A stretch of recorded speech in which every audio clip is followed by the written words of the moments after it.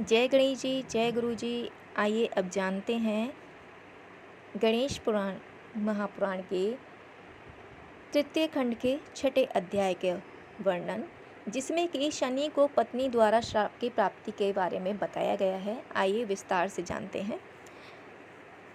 अब आप एक अत्यंत गोपनीय और महत्वपूर्ण इतिहास सुनिए। यद्यपि वह ना कहने योग्य इतिहास माता के समक्ष लज्जाजनक भी है, तो भी उसे कहना होगा। मातेश्वरी, मैं आरंभ से ही भगवान श्री कृष्ण का भक्त रहा हूँ और मेरा मन सदैव उन्हीं भगवान के चरण अविंदों में लगा रहता था।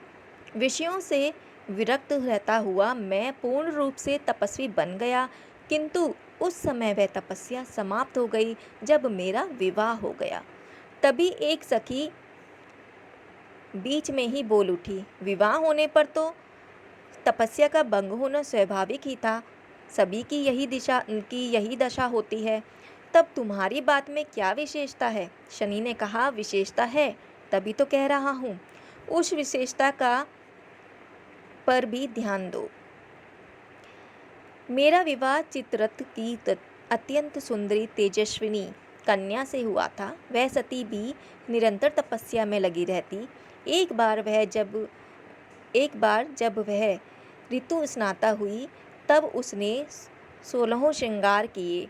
उस समय वह दिव्य अलंकारों से विभूषित और अत्यंत शोभामयी लग रही थी। उसके रूप और श्रृंगार दोनों ने मिलकर सोने में सुहागे का ही कार्य किया था। उस समय उसका रूप मुनियों को ही भी मोहित कर लेने वाला बन गया। रात्रि होने पर वह मेरे पास उपस्थित हुई। मैंने भगवान श्री कृष्ण के ध्यान में तल्लीन था, इसलिए उसके आगमन पर भी मैंने ध्यान न दिया। किंतु वह तो मदान्वित हो रही थी। कुछ तीखे स्वर में बोली, स्वामिन, मेरी ओर देखो तो सही। किंतु मैंने उसकी ओर कुछ भी ध्यान ना दिया। वह अपने चंचल नेत्रों से देख रही थी, किंतु मेरी तल्लीनता भंग ना हो पाई। उसने अपने को असफल प्रयास देखा तो क्रोधित हो गई, क्योंकि उसका ऋतुकाल व्यर्थ हो रहा था। क्रोध में भी उसने मुझे चैतन्य करने का भरसक प्रयत्न किया था। जब वह मेरा ध्यान भंग करने में सफल नहीं हो सकी, तब वह सहसा कामवती कह बैठी, ना दृष्टाहम तव्या येन ना कृतमुतुर शरणम तव्या दृष्टच यदुस्तु मूढ़ सर्वम विनश्यति। अर्थात, अरे मूढ़, तूने मेरी ओर देखा तक नहीं, इस कारण मेरे ऋतुकाल की रक्षा नहीं हो सकी। अर्थात मेरा ऋतुकाल व्यर्थ ही जा रहा है। इस कारण अब तू जिस किसी को भी देखेगा वह अवश्य ही नष्ट हो जाएगा। उसका शाप मेरे कानों में पड़ा, जिससे मेरा ध्यान भंग हो गया। नेत्र खोलकर देखा तो मेरी पत्नी ही खड़ी है। वह उस समय अत्यंत सुंदर प्रतीत हो रही थी। सोचने लगा, यह तो मेरी पत्नी है, इसने मुझे ऐसा शाप क्यों दे दिया? वस्तुतः यह मेरी भूल ही थी कि विवाह करके भार्या को संतुष्ट करने के अपने कर्तव्य से विमुख ही रहा। फिर सोचा, यदि अब भी संतुष्ट कर लूं तो शाप से बच सकता हूँ।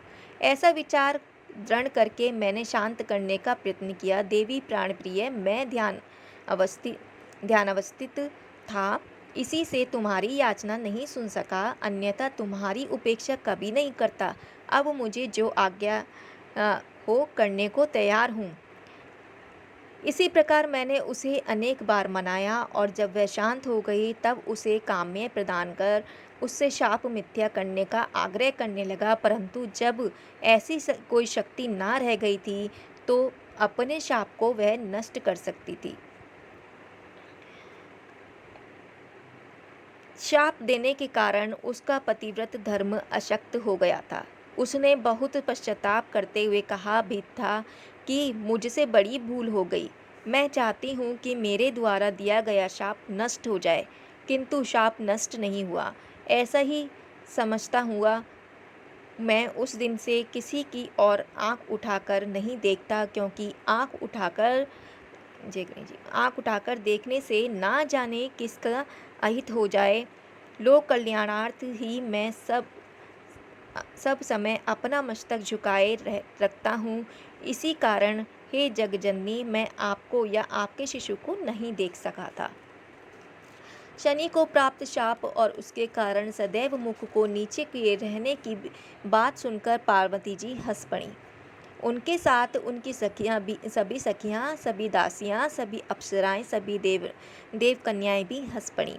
वह हंसी बहुत देर तक चलती रही। बेचारे शनिदेव अपना मुख नीचे किए खड़े रहे। यह कथा सुनकर सूत जी कुछ देर के लिए चुप हो गए। यह देखकर शौनक ने विनीत भाव से प्रश्न किया, फिर क्या हुआ सूत जी? यह उपाख्यान तो हमने आज तक नहीं सुना था। इस प्रकार के गोपनीय रहस्यों को बताने में आप ही सक्षम हैं। कृपा कर इसको पूर्ण करने का कष्ट करें। आइए आगे जानते हैं। पार्वती ने शनि को पुत्र दर्शन की आज्ञा दी। सूत जी कुछ देर तक मौन रहने के पश्चात बोले, शौनक, बहुत देर तक हंसने के बाद माता पार्वती ने भगवान श्री हरि का स्मरण किया और फिर बोली, ग्रहेश्वर, तुम्हें जो शाप मिला है उसका नाश तो हो नहीं सकता, इसलिए जो परिणाम मिलता हो उसके लिए तैयार रहना आवश्यक है। परंतु मेरा विचार है कि उस शाप का प्रभाव हम पर नहीं होगा, इसलिए तू मुझे अथवा मेरे पुत्र को देख। शनिश्चर बड़े असमंजस में पड़ गए। इनमें से किसको देखूं अथवा किसी को देखूं ही नहीं। यदि देखूं तो कहीं कोई अनिष्ट ना हो जाए, परंतु ना देखने पर भी अनिष्ट होना संभव है, इसलिए शिशु को देख लेता हूँ। शनिदेव ने धर्म को साक्षी करके पार्वती पुत्र को देखने का निश्चय किया, परंतु पार्वती जी की ओर न देखना ही उचित होगा। ऐसा निश्चय करके भी आशंका के कारण खिन्न मन वाले शनि के कंठ, ओष्ठ व तालु शुष्क हो गए। फिर उन्होंने अपने मन को संयत करके अपने दाएं नेत्र के कोने से शिशु के मुख की ओर देखा। आइए आगे जानते हैं। शनि की दृष्टि पड़ते ही शिशु का मस्तक छिन्न हो गया। शनिदेव को उस शिशु को देखना था कि आशंका साकार हो उठी। उनकी दृष्टि पड़ते ही शिशु का मस्तक छिन्न हो गया। यद्यपि शनि ने दाएं नेत्र के कोण से शिशु की एक झलक ही देखी थी, तथापि शाप का फल ना मिट सका। बालक के मस्तकीय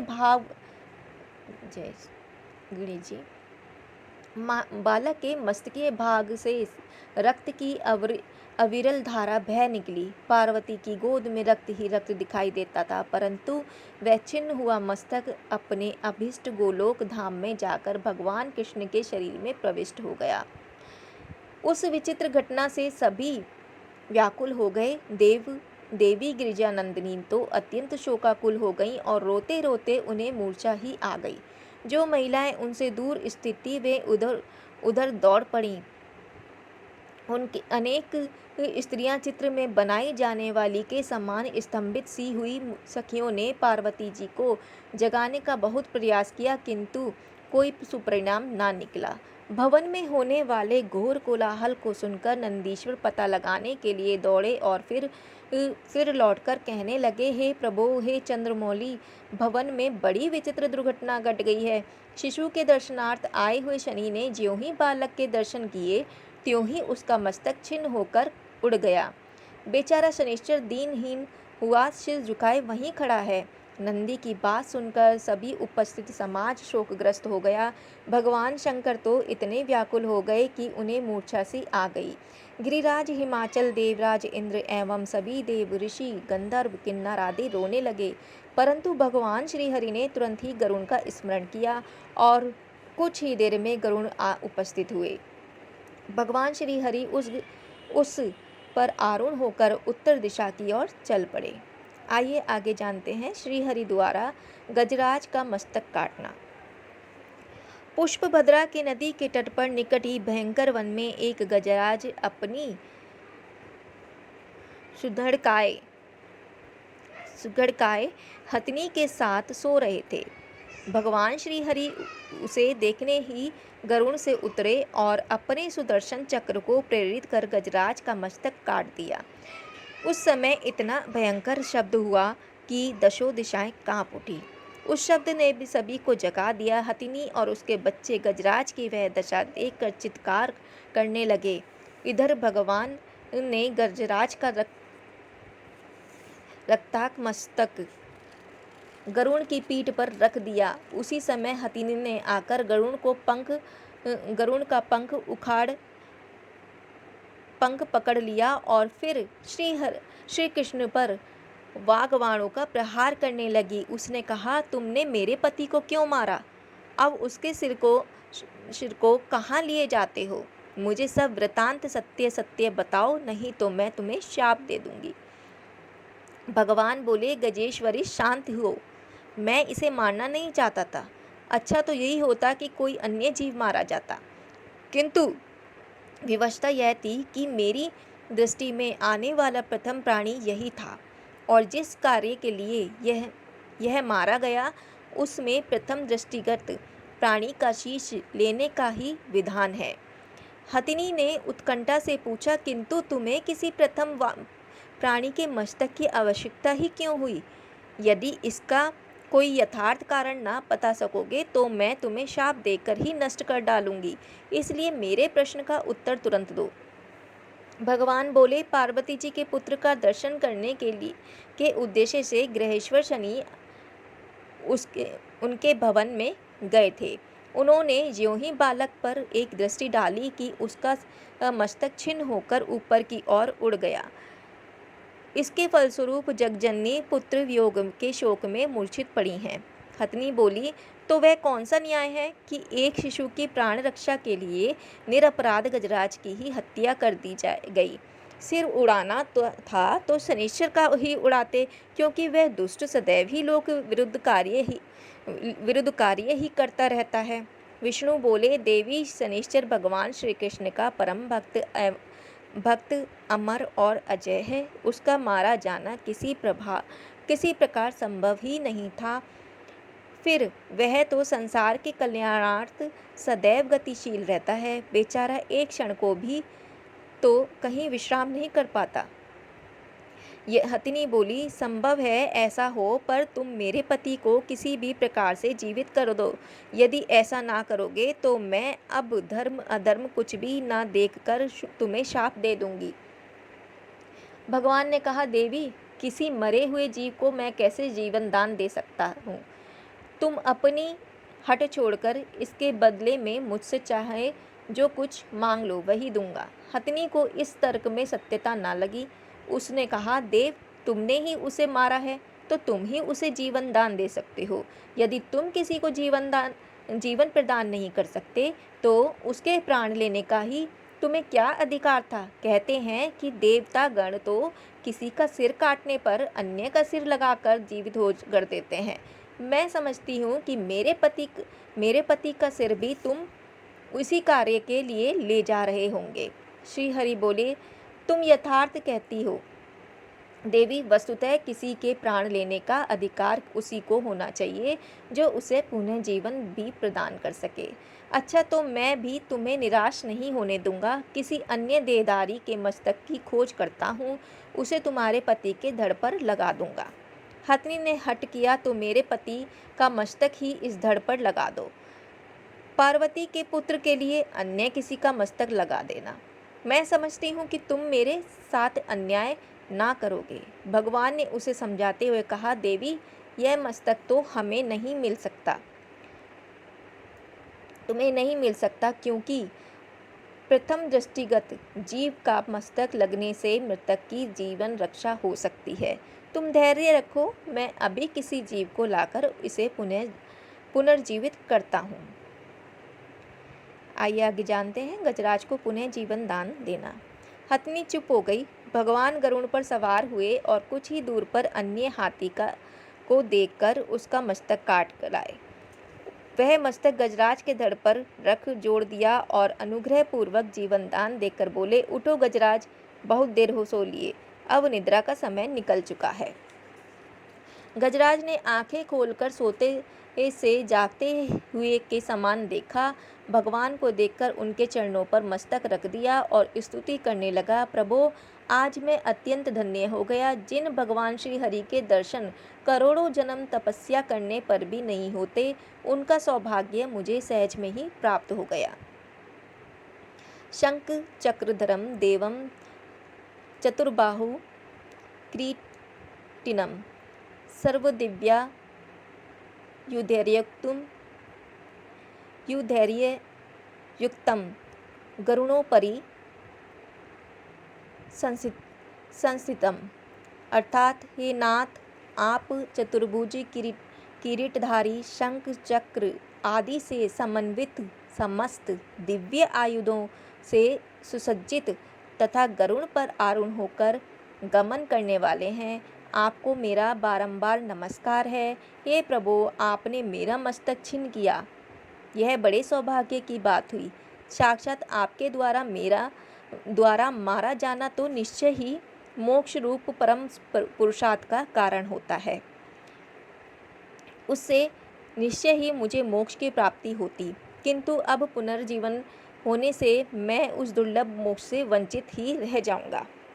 भगवान ने उसके सिर पर हाथ फेरते हुए कहा, भक्तराज, तुम्हारा इच्छित अवश्य प्राप्त होगा। तुम्हारी पत्नी पतिव्रता है, इसी के अनुरोध से तुम्हें पुनर्जीवन की प्राप्ति हुई है। हथिनी ने भगवान की स्तुति की। प्रभु, उस शोकग्रस्त अवस्था में मुझसे जो भूल बन गई हो, उसे क्षमा करें। उस समय आवेश में आकर मैं आप परमेश्वर के प्रति अनेक दुर्वचन प्रयोग में ला बैठी थी। भगवान ने उसे भी मीठी वाणी से परितुष्ट किया और गरुड़ पर चढ़कर गजराज के काटे हुए मस्तक सहित कैलाश की ओर और मन के वेग समान चल दिए और शीघ्र ही जग जननी पार्वती जी के भव्य भवन में जा पहुँचे। तृतीय खंड के छठे अध्याय का वर्णन अभी यहीं समाप्त होता है। फिर से हाजिर होंगे तृतीय खंड के सप्तम अध्याय के साथ। तब तक के लिए जय गणेश जी, जय लंबोदराय, जय गुरु जी।